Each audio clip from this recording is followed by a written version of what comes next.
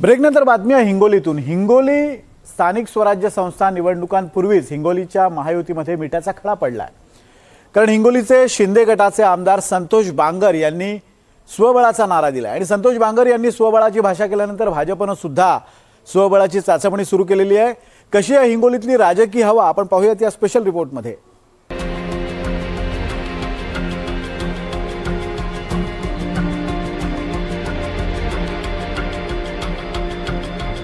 हिंगोलीत जिल्हा परिषद निवडणुकीआधीच महायुतीमध्ये मिठाचा खडा पडला।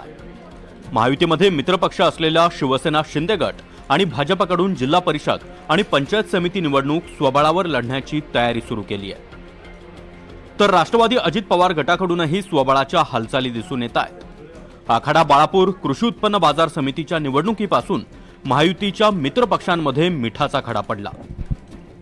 बाजार समिती निवडणुकीत शिवसेना आणि राष्ट्रवादी काँग्रेस स्वतंत्र लढली, तर भाजपनं महाविकास आघाडीसोबत युती करून निवडणूक लढवली।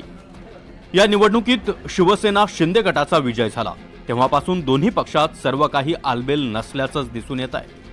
आता जिल्हा परिषद निवडणुकीआधी सर्व राजकीय पक्षांकडून बैठकांचं सत्र सुरू आहे। त्यात नेते मंडळी स्वबळाचा नारा देत आहेत। कळमनुरीचे शिवसेनेचे आमदार संतोष बांगर यांनी ही स्वबळाची घोषणा केली आहे। उपमुख्यमंत्री आदरणीय यांच्या आपल्या माध्यमातूनच आम्ही सुद्धा ऐकलंय की ज्या ज्या ठिकाणी युती होत असेल त्या त्या ठिकाणी, शक्य असेल त्या त्या ठिकाणी युती करा, ज्या ज्या ठिकाणी युती होत नसेल त्या त्या ठिकाणी आपण स्वबळावरती लढवण्याची तयारी आपण करा। तर आम्हाला असं वाटतं की मागच्या बाळापूरच्या कृषी उत्पन्न बाजार समितीमध्ये सुद्धा भाजपने आमच्यासोबत युती केली नाही। त्यामुळे यावेळेस सर्व शिवसैनिकाची इच्छा आहे की आपण मैत्रीपूर्ण लढत लढवायची, कोणावरही टीका टिप्पणी करायची नाही। आमदार संतोष बांगर यांनी स्वबळाचा नारा दिल्यानंतर भाजप नेत्यांनीही आम्ही तयार आहोत असं आव्हान दिलंय। सर्वांचं असं ठरलेलं आहे की युती करताना आपण सर्वांनी जिल्ह्यावर बसावं, चर्चा करावी, मार्ग काढावा, तडजोड कराव्या आणि तडजोडी अंती जर या ठिकाणी तुमची युती नाही झाली तर ते आम्हाला त्या ठिकाणी प्रदेशाला सांगायचं आहे की बा हिंगोली जिल्ह्यामध्ये आमची तडजोड होत नाही, मार्ग निघत नाही। त्याच्यानंतर पक्ष वरच्या लेवलवर म्हणजे मुख्यमंत्री महोदय असतील, अजितदादा असतील, शिंदेसाहेब असतील, एका ठिकाणी बसतील आणि नंतर आपल्याला निर्देश देतील की हिंगोली जिल्ह्यामध्ये स्वतंत्र लढा किंवा युती करा। परंतु काही उतावळेपणा राजकारणामध्ये करून जर स्वतंत्र लढण्याची भाषा करत असतील तर निश्चित त्याने स्वतंत्र तेच लढत असतील तर भारतीय जनता पार्टी सुद्धा स्वतंत्र लढेल।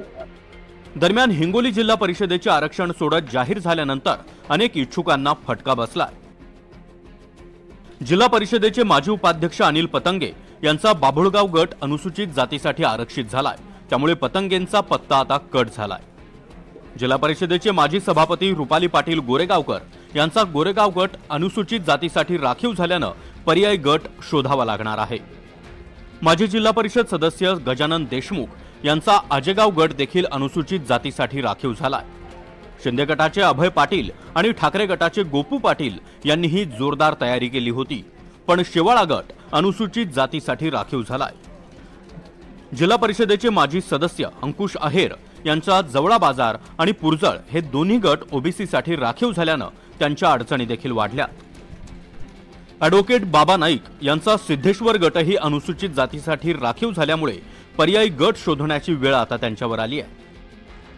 दरम्यान 2017 मध्ये झालेल्या जिल्हा परिषद निवडणुकीत शिवसेना 15 जागांवर विजयी झाली होती, तर काँग्रेसच्या वाट्याला 12 जागा, राष्ट्रवादी काँग्रेस 11 जागा आणि भाजपला 10 जागांवर समाधान मानावं लागलं होतं। आता राज्याच्या राजकारणात आणि स्थानिक राजकारणात देखील मोठा बदल झालाय। काँग्रेसचे माजी आमदार भाऊराव पाटील गोरेगावकर यांनी शिवसेनेत प्रवेश केल्यानंतर हिंगोलीमध्ये शिवसेनेची ताकद वाढली आहे।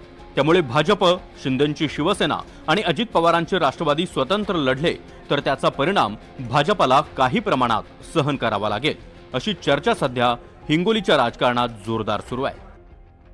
स्थानिक स्वराज्य संस्था निवडणुकीच्या अगोदर जे आहे ते महायुतीतील मित्रपक्षांमध्ये मिठाचा खडा पडलाय। कारण भाजप आणि शिवसेनेतील जे नेते आहेत त्यांच्याकडून आता निवडणुका सोबळावर लढण्यासाठी घोषणा केलेली आहे। जे महायुतीचे मित्रपक्ष आहेत शिवसेना आणि भाजप यांच्यामध्ये जे आहे ते आखाडा बाळापूर कृषी उत्पन्न बाजार समितीच्या निवडणुकीपासून जे आहे ते शाब्दिक चकमक पाहायला मिळाली होती।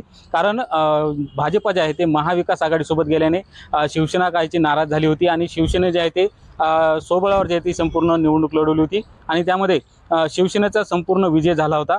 एकंदरीत बघायला गेलं तर या बाळापूर निवडणुकीपासून जे आहे ते हिंगोलीतील महायुतीमध्ये जे आहे ते चित्र काहीसे बदललेले दिसून येत आहे। एकंदरीत बघायला गेलं तर महायुतीमध्ये जे आहे ते महाविकास आघाडीच्या मातब्बर नेत्यांनी प्रवेश केल्यानंतर महायुतीतील शिवसेना आणि राष्ट्रवादी अजित पवार गट यांची ताकद वाढलेली आहे। स्थानिक स्वराज्य संस्थांच्या निवडणुका जर भाजप आणि शिवसेना स्वबळावर लढली तर याचा फायदा जो आहे तो शिवसेना होणार आहे।